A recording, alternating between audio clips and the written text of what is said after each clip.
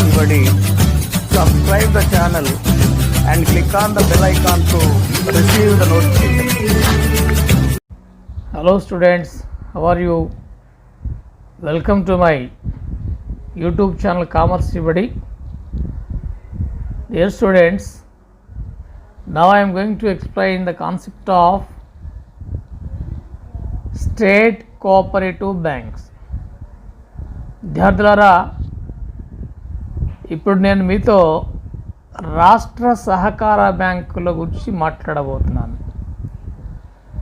ఈ లెసన్లో రాష్ట్ర సహకార బ్యాంకు దాని యొక్క అర్థము, దానిలో ఉండే రకాలు, దాని నిర్వహణ మరియు ఆర్థిక వనరుల గురించి నేను మీతో మాట్లాడబోతున్నాను. విద్యార్థులారా, ఈ వీడియోని పూర్తిగా చూడండి, మధ్యలో స్కిప్ చేయకుండా పూర్తి వీడియో చూడండి.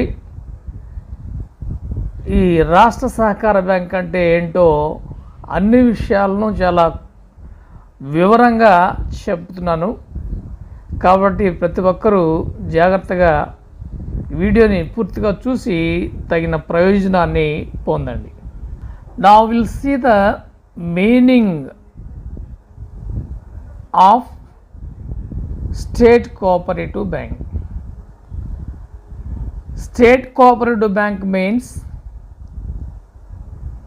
the principal society in the state which is registered under the Government Societies Act 1912 or any other law in force in India related to cooperative societies in the state. విద్యార్థులారా, రాష్ట్ర సహకార bank అనేది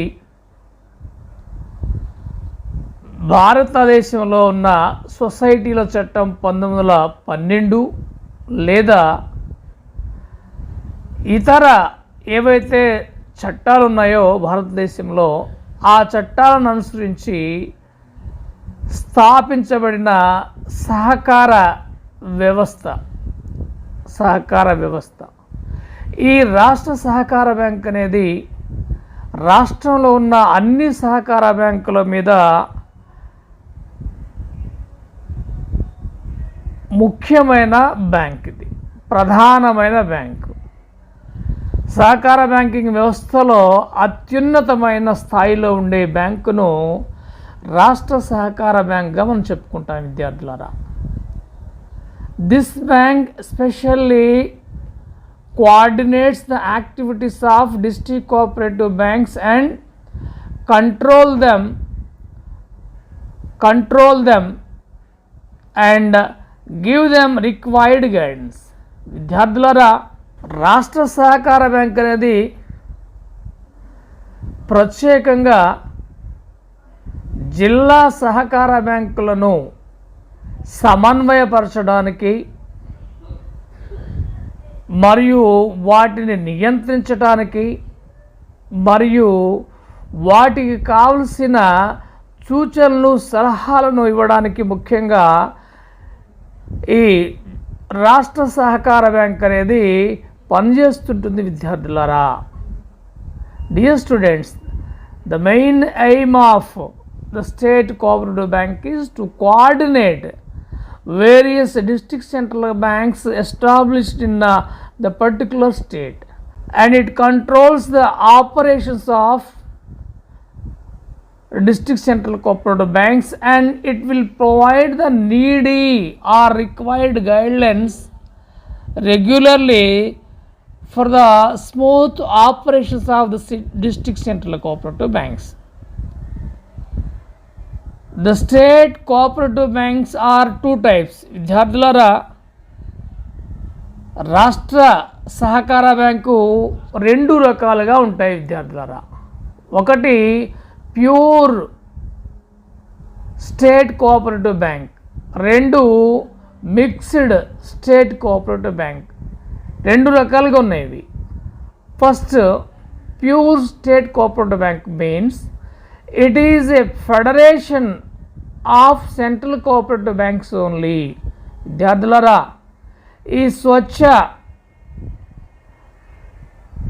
రాష్ట్ర సహకార బ్యాంకులో కేవలము జిల్లా సహకార బ్యాంకులో మాత్రమే సభ్యులుగా ఉంటాయి. ఇదొక సమాఖ్య, జిల్లా సహకార బ్యాంకుల సమాఖ్యను మనం స్వచ్ఛ లేదా ప్యూర్ రాష్ట్ర సహకార బ్యాంకు చెప్పుకుంటాం. రెండవది mixed state cooperative bank. Mixed state cooperative bank అంటే ఇది కొంత సహకార బ్యాంకు సభ్యులుగాను మరికొంత ఏమో జనరల్ పబ్లిక్గా ఉంటుంటారు అన్నమాట. ఇది మిశ్రమ రాష్ట్ర సహకార బ్యాంకులు అంటాం వీటిని తెలుగులో. It is a federation of both central cooperative banks as well individual members. విడి వ్యక్తులు మరియు జిల్లా సహకార బ్యాంకుల యొక్క సమాఖ్యను మనం ఈ మిక్స్డ్ స్టేట్ కోఆపరేటివ్ బ్యాంకా లేదా మిశ్రమ రాష్ట్ర సహకార బ్యాంకా మనం చెప్పుకుంటాం విద్యార్థులారా. పై దాంట్లోనేమో కేవలం జిల్లా సహకార బ్యాంకులు మాత్రమే సభ్యులుగా ఉంటాయి. కానీ ఈ మిక్స్డ్ స్టేట్ కోఆపరేటివ్ బ్యాంక్స్లో మాత్రం అటు సెంట్రల్ కోఆపరేటివ్ బ్యాంకులు మరియు సాధారణ వ్యక్తులు కూడా విడి వ్యక్తులు కూడా ఇందులో సభ్యులుగా ఉంటూ అవకాశం ఉంది విద్యార్థులారా. Now will see the management of state cooperative bank.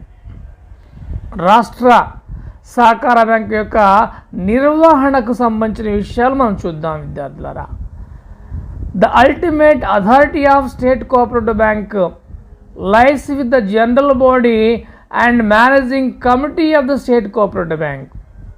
విద్యార్థులారా, ఈ రాష్ట్ర సహకార బ్యాంకుల యొక్క నిర్వహణ లేదా యాజమాన్యం అనేది ముఖ్యంగా రాష్ట్ర సహకార బ్యాంక్ యొక్క జనరల్ బాడీ మరియు దాని నిర్వాహక కమిటీ ఏవైతే ఉందో ఆ నిర్వాహక కమిటీ ఈ రాష్ట్ర సహకార బ్యాంక్ యొక్క నిర్వహణలో ముఖ్య భూమిక పోషిస్తుంటాయి విద్యార్థులరా.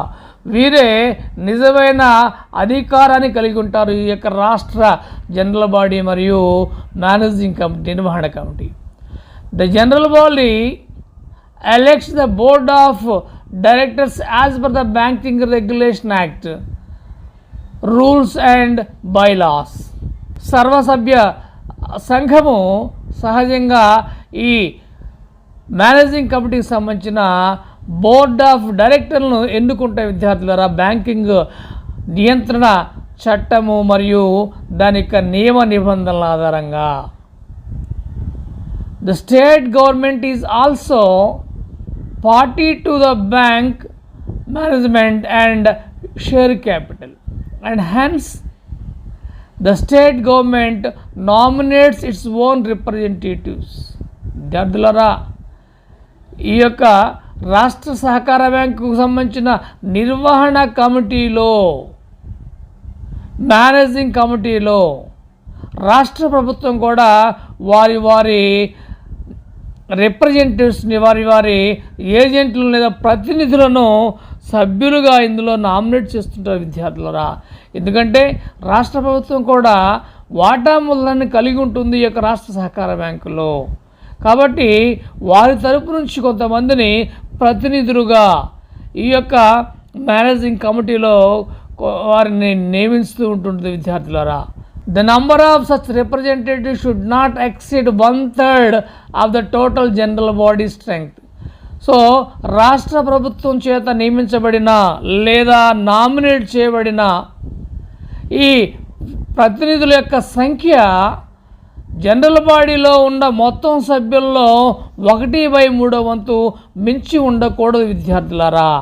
ఉదాహరణకు ఈ మేనేజింగ్ కమిటీలో 9 మంది డైరెక్టర్ ఉన్నట్లయితే, సభ్యులు ఉన్నట్లయితే అందులో 1/3 వంతు అంటే 3 రాష్ట్ర ప్రభుత్వం తమ యొక్క ప్రతినిధులుగా ఈ యొక్క రాష్ట్ర సహకార బ్యాంకుకు సంబంధించిన నిర్వహణ మండలిలో లేదా మేనేజింగ్ కమిటీలో వారిని నియమిస్తుంటుంది లేదా వారిని నామినేట్ చేస్తుంటుంది విద్యార్థులారా.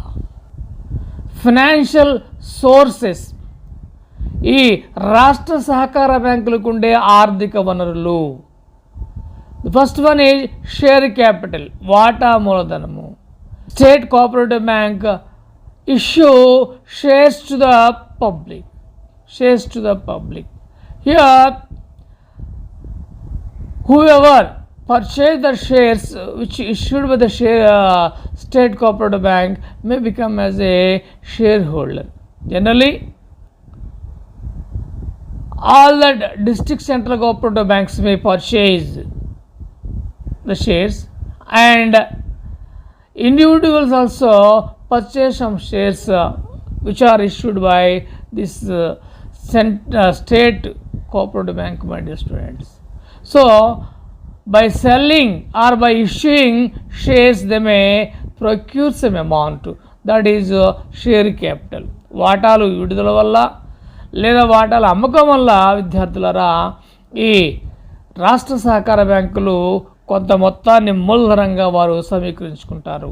ఇది ఈ రాష్ట్ర సహకార బ్యాంకులకు ఉండే ఆర్థిక వనరుల్లో ఒకటి. అదేవిధంగా deposit collected from cooperative institutions, public and business. విద్యార్థులారా, సహకార సంస్థల నుండి కలెక్ట్ చేసిన డిపాజిట్లు, అదేవిధంగా ప్రజల దగ్గర నుండి కలెక్ట్ చేసిన లేదా వసూలు చేసిన డిపాజిట్లు, మరియు వ్యాపార సంస్థల నుండి కలెక్ట్ చేసిన లేదా పొందిన డిపాజిట్లు వీరికి మరొక ఆర్థిక వనరుగా ఉంటుంటాయి విద్యార్థులారా. And loan from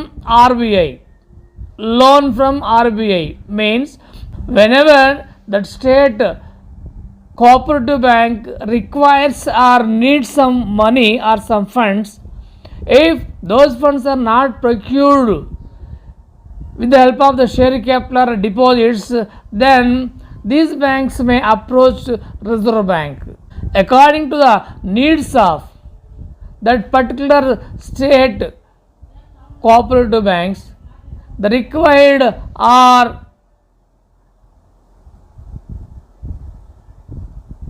needy amount may be provided by the Reserve Bank to the concerned state cooperative bank as per the rules and regulations or as per the financial position of the particular state cooperative bank. విద్యార్థులారా, పైన చెప్పుకున్న వాటా మూలధనము మరియు deposit రూపంలో సేకరించిన మొత్తాలు రాష్ట్ర సహకార బ్యాంకుల యొక్క ఆర్థిక అవసరాలను తీర్చడానికి సరిపోకపోయినట్లయితే ఆ మిగతా మొత్తాన్ని ఈ బ్యాంకులు రిజర్వ్ బ్యాంక్ దగ్గర నుండి అప్పు తెచ్చుకోవడం ద్వారా వాటిని సమకూర్చుకుంటాయి విద్యార్థులారా. ఇవి రాష్ట్ర సహకార బ్యాంకుల యొక్క వివిధ రకాలైన ఆర్థిక వనరులు. These are the different types of financial sources of state cooperative bank, my dear students.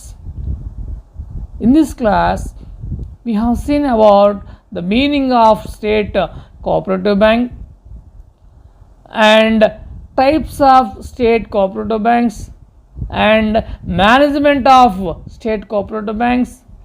Finally, the financial sources of state cooperative banks we discussed. విద్యార్థులారా, ఈ క్లాస్లో మనం రాష్ట్ర సహకార బ్యాంకులు అంటే అర్థమేంటి, రాష్ట్ర సహకార బ్యాంకుల్లో ఉండే రకాలేంటి, రాష్ట్ర సహకార బ్యాంకులు ఏ విధంగా నిర్వహించబడుతుంటాయి, ఈ రాష్ట్ర సహకార బ్యాంకులకు సంబంధించిన ఆర్థిక వనరుల గురించి మాట్లాడుకోవడం జరిగింది విద్యార్థులారా.